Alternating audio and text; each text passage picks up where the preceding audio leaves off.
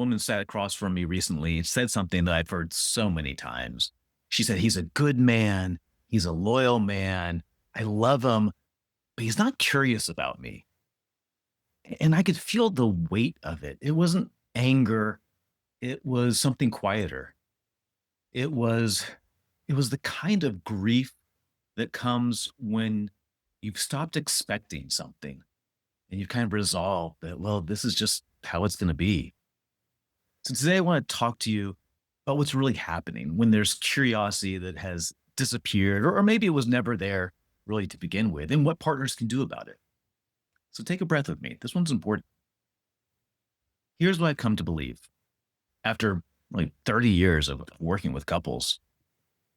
The moment you decide that you know someone completely is the moment that they stop feeling your love. And most of us don't even realize that we're doing it. We've replaced curiosity with familiarity. We think we know our partner, and so we stop asking. But here's the thing: being fully known and being taken for granted feels almost identical on the inside. Both lack curiosity.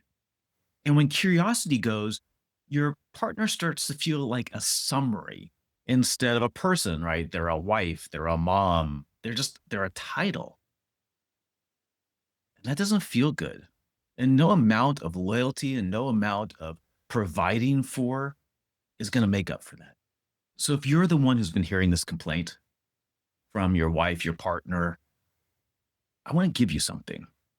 When someone says, "I don't feel your curiosity," or "I want you to be curious about me," the instinct is often to defend. Like, I'm right here. I'm right here. I'm not going anywhere. I'm right here. I'm curious about you." But sometimes you don't even know what to ask or you get all tongue tied. I want you to try something different though. The next time she or he says, "Hey, I don't feel your curiosity about me. I want you to ask me questions about me." Ask, where are they right? And not about like, everything in the world, but where are they right about this? Somewhere in there, there's a truth, and they're telling you something that you really need to hear. Maybe you've stopped asking them things. Maybe you've dropped into routine. Maybe you've been so focused on kind of keeping things running that you forgot to keep things alive. Maybe you thought that your connection was so strong and all these other things seem to be more urgent that you can put a lower priority on the relationship. You can't, because that's when you lose them. So, where are they right? Find that part that's true, because that's the door back in. I'll tell you, I see this in my own marriage with Leslie. Sometimes I catch myself just assuming I know what she's thinking or what her answer is going to be or what her day's been like. And that's when connection thins. What brings it back is I ask her something, for one, something I don't know, but something that's happening on the interior. And I stay with what she tells me. That's it. It's really that simple. Now, if you're on the other side, if you're the one who's just longing for more curiosity, I want to ask you something that might feel uncomfortable and might feel counterintuitive. But it's this: are you an invitation for curiosity? I'm not saying you have to go out and earn it in some way. You don't have to perform. But I am saying that when curiosity hasn't been safe to expect, we adapt. And so we close down, we start pre answering everything, leading with conclusions, really projecting the "I've got it" attitude. And our partner believes us. And so they stop asking. So I'm not going to suggest you play games. I really don't like games in relationships. This isn't a test, but this is a bid for connection, offered in a way that gives your partner a clean place to enter. So try this instead. Instead of saying, "Yeah, you're not curious," but try this instead.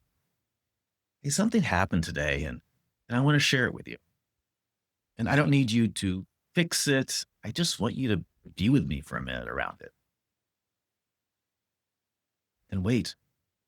So you're giving them a little bit, you're not giving them the whole novel, not the polished conclusion, just a doorway. Like, here's what happened, and here's what it brought up in me. And then breathe.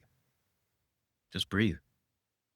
Let there be a space for their question, for their curiosity. And if that waiting feels edgy, if your chest kind of tightens up, you're not wrong. Leaving space can be super edgy.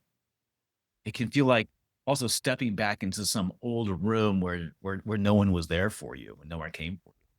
So while you wait, do this. Breathe. Breathe.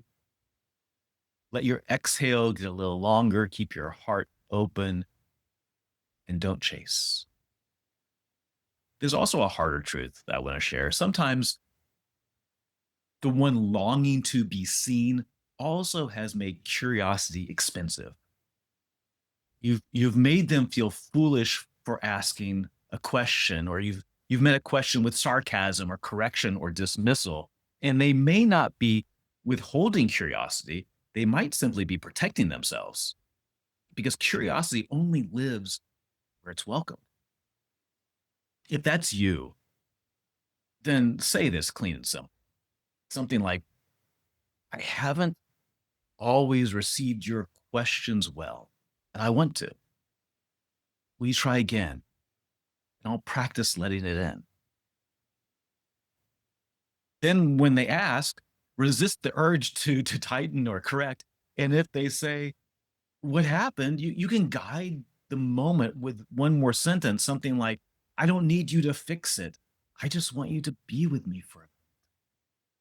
And if they lean in, then beautiful. And if they don't, try not to collapse nor punish.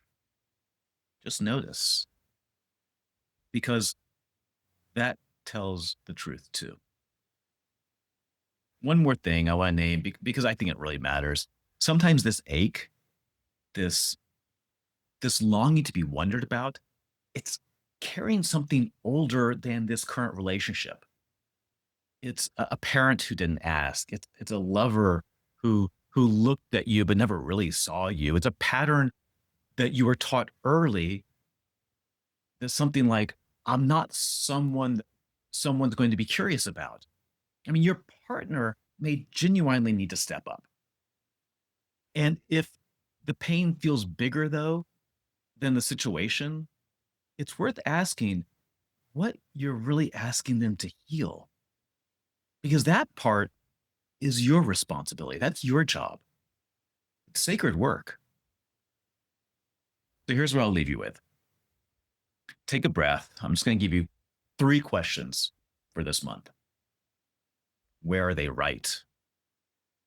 For the one who wants to defend. Am I an invitation for their curiosity that I want? Right? For the one who's longing for being seen. And what else is true? This is for everyone, always. The first door opens, right? Where are they right? The second helps you stand in it, being an invitation. And the third one, what else is true? That widens the room. I get you. I've got you. Let's go deeper.